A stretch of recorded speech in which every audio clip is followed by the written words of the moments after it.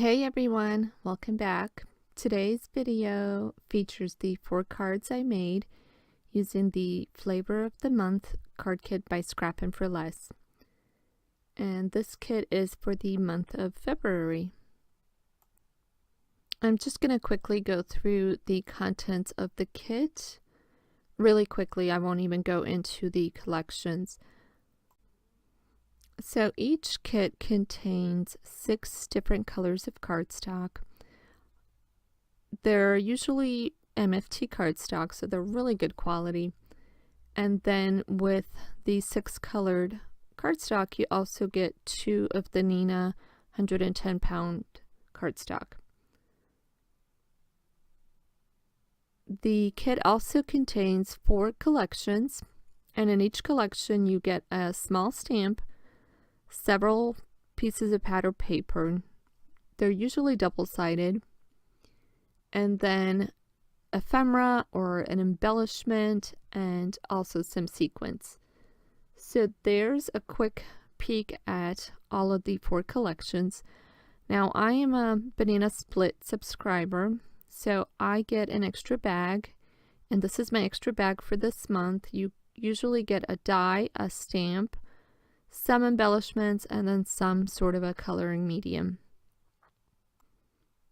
In order to kind of manage time for these several card videos, typically I'll do all of the stamping, coloring, and die cutting off screen, and then I'll just talk through what I did and what I'm going to do to finish the card. So the largest pattern paper, the striped pink one, I die cut using a Lawn Fawn stitched rectangle die, and then the polka dot paper I used another die by MFT, and then the sprinkle paper I also used a die by MFT. And then when I had them all layered up just on the card base, I thought they needed a mat to differentiate between the colors, but honestly I totally could have left it off. I think it looks better looking back now. And then of course my last panel with my stamped image, I stamped onto Neenah Classic Crest 80-pound cardstock, and I used my Cubic markers to color that image in. I will list all of the markers I used on my blog, which I will link down below in case you're interested. Okay, so back to putting this first card together. I adhered the largest panel down with a tape runner to a white card base, and then I added my second layer of that pattern paper with the polka dots, and then finally my last layer.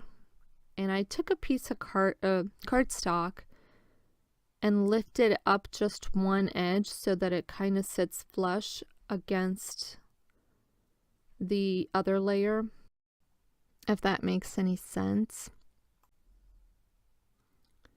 Next, I'm going to take a 1/4 inch double-sided adhesive roll, and I'm going to place that across the entire card. I'm going to use a piece of that ribbon from the kit as the horizontal element that's part of the sketch.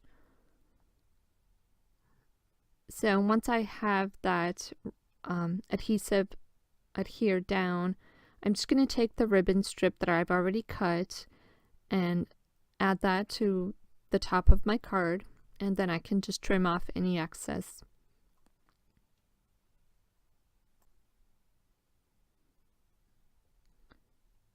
I go ahead and add some fun foam to the back of my focal point image panel, just to give it a little dimension.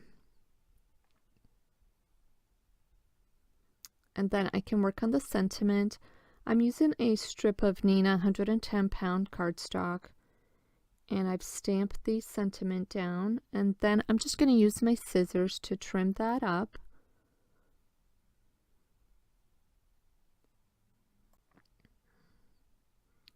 And then I really wanted to incorporate the cupcake liners into the design of this card.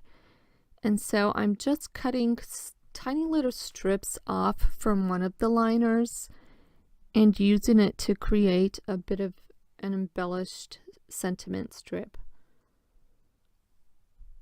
I've got some adhesive on top of that strip, and then I'm just laying down the cut strips that I've cut. And then I can trim that up and add some fun foam to the back of that and start adhering the last two components down.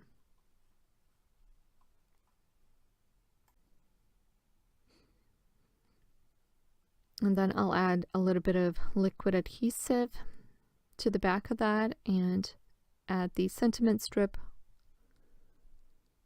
And then I'll use something heavy. I'll use my acrylic block to press that down so it adheres better in place.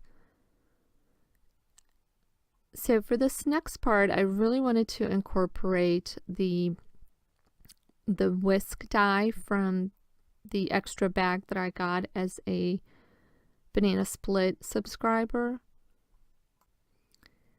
First, I took a piece of double-sided adhesive and I added it to some white cardstock, and then together like that I put the die on top and I ran that through my die cutting machine.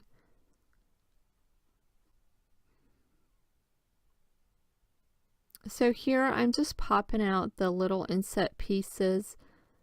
Some of it didn't cut through all the way because honestly there was like 3 layers to cut through. And so I just popped that out with my knife.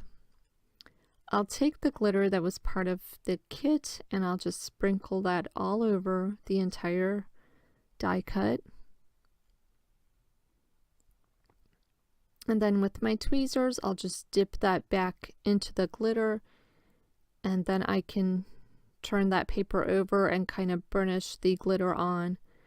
And there's a very shiny little embellishment. I'll just use some liquid adhesive and add that to the back of the embellishment and then add that to my card. And there's my first card all complete. For this next card, I kind of modified the sketch for this card design, and I'll show you that in just a minute.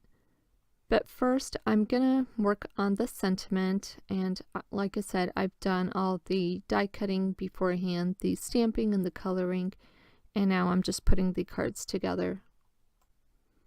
I've got the largest polka dot paper die cut with the largest die stitched rectangle die by Fawn, and here I'm just aligning all of my panels so that I can stamp that sentiment pretty evenly.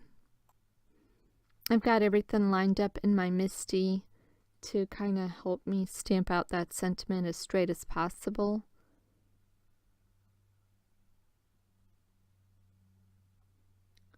Once I have all that in place, I will ink up my sentiment using Versafine ink and stamp that down. I do go ahead and stamp that out a couple of times.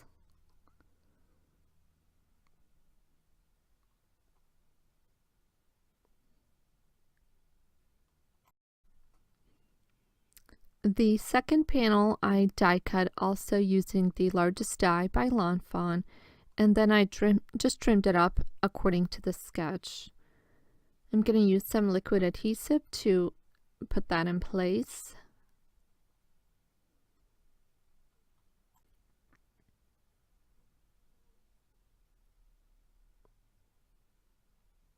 And then I'll take my focal point panel and using some fun foam, I'll add some dimension to that, and then I can put that in place. That focal point image, after I stamped and colored in my little character, I used Life Changing Blender brushes by Picket Fences, and Distress Oxide in Antique Linen to create that background. So here's where I veer off the sketch a little bit. In the original sketch, there are these 3 strips running horizontally, which I'm omitting. However, I'm using the 2 dies from the collection, or from the banana split level packet, to create something that would represent a couple of horizontal strips. I die cut both of those pieces from the back of one of those pattern papers, and then I'm just using my knife to trim out the couple of spots where it didn't cut through all the way, and I'll use those 2 pieces as those horizontal strips of sorts. So once I have everything popped up on top of some fun foam, I'll use some liquid adhesive to add those pieces to my card. So this card is almost complete. I do use one of the heart enamel dots or gems and add that to the heart and the sentiment, and that will complete the second card.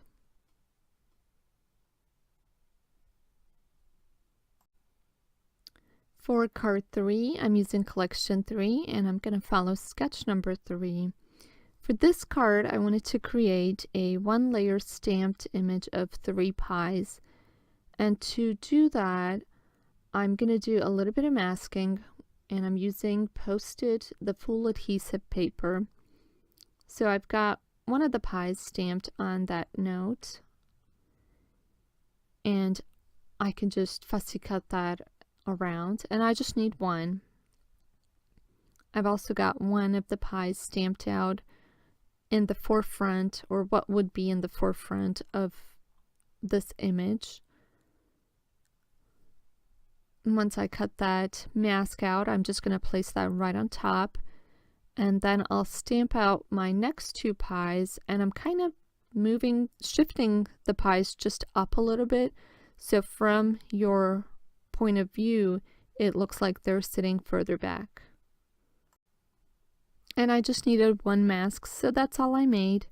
So here's the reveal. Really simple. And then I colored it in and fussy cut that image out. So this was my favorite pattern paper from this kit, and I can't believe I actually cut into it instead of hoarding it. I must be improving. Anyway, I die cut that panel with the largest Lawn Fawn rectangle stitch die. And then in the sketch, there is this strip that goes across the length of the card. I'm using some twine from my stash to create that element.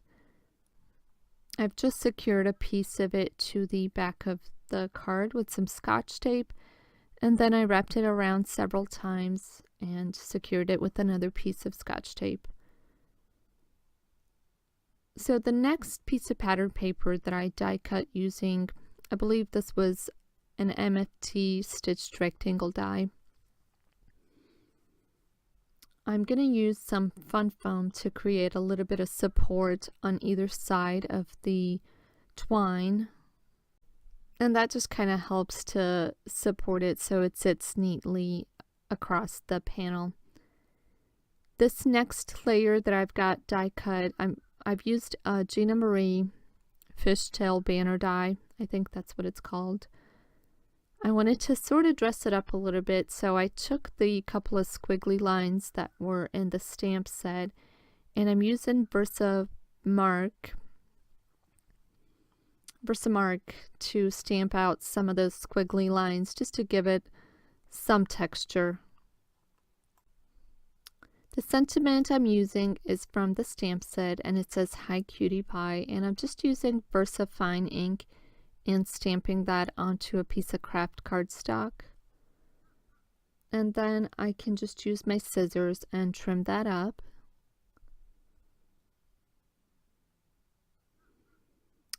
The sentiment strip is going to go across the bottom edge of that banner strip or banner panel. And because both are craft cardstock, I wanted to differentiate those two layers a little bit. And I'm just taking a piece of that red pattern paper and placing the cardstock on top. And then I can trim that up, and that just gives me a little bit of an edge that's different than the background. And once I have those adhered, I can just trim them up, and I'm ready to start layering all my pieces. I'll attach the craft cardstock banner panel down. And then I'll use some fun foam to add to my image. Here I'm trying to figure out how to incorporate those stickers. And being slightly OCD,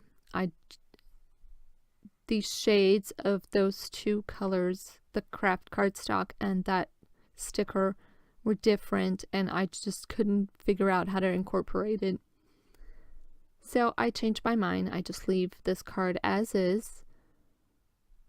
I'll go ahead and pop up those pieces with my fun foam.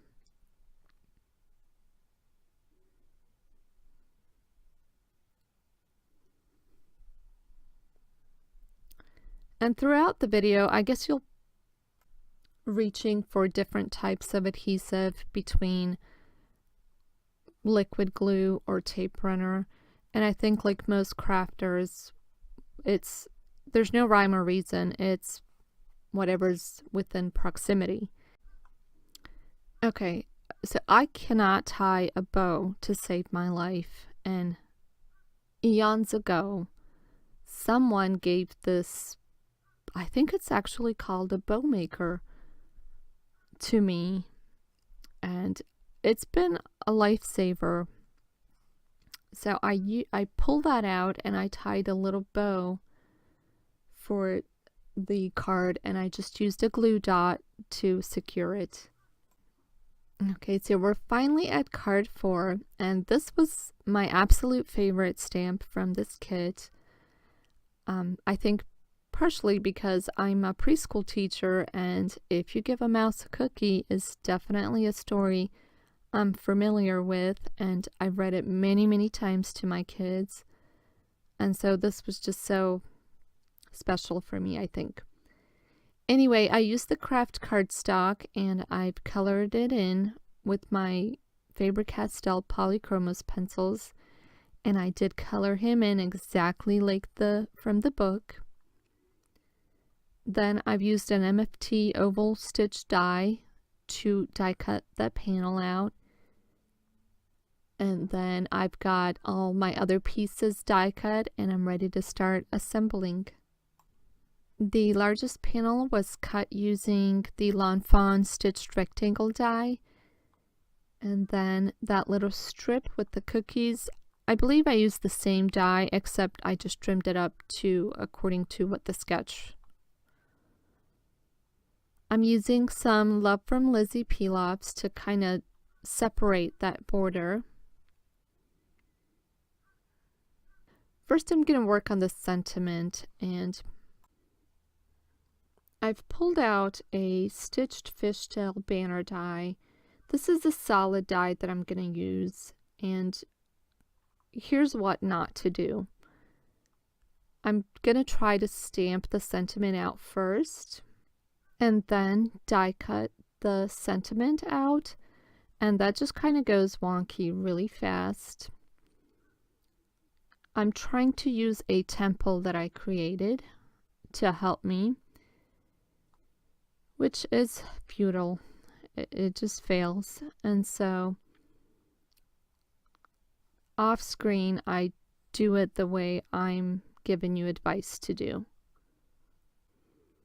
Anyway, to start completing this card, I've got the sentiment strip popped up on some fun foam.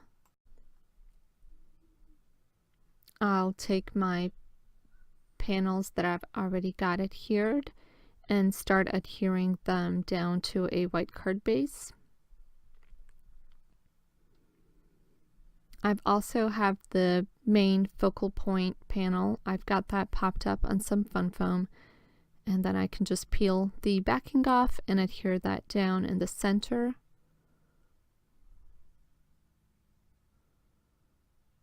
And then add my sentiment strip. I did for the oval panel, I did ink the edges up using vintage photo, and so I just did the same thing to that banner, the sentiment banner, just to kind of tie everything in together.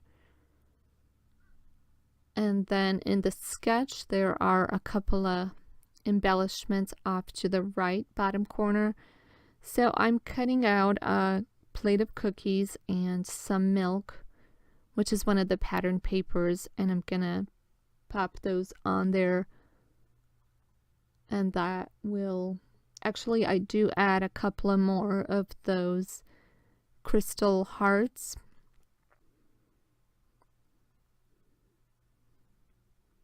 I think in the end I changed the big heart to be on the right side, and a couple of those little hearts are onto the left side.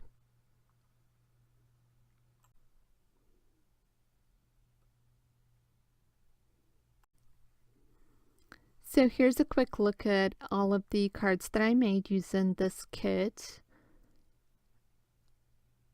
Give this video a thumbs up if you enjoyed watching this video, and consider subscribing to my channel. I am currently a part of an Instagram blog hop that is still open. This one has a chance to win a $50 gift certificate. I'll have my Instagram account linked down below in case you're interested to check that out. Thank you guys so much for watching, and I'll see you next time. Bye.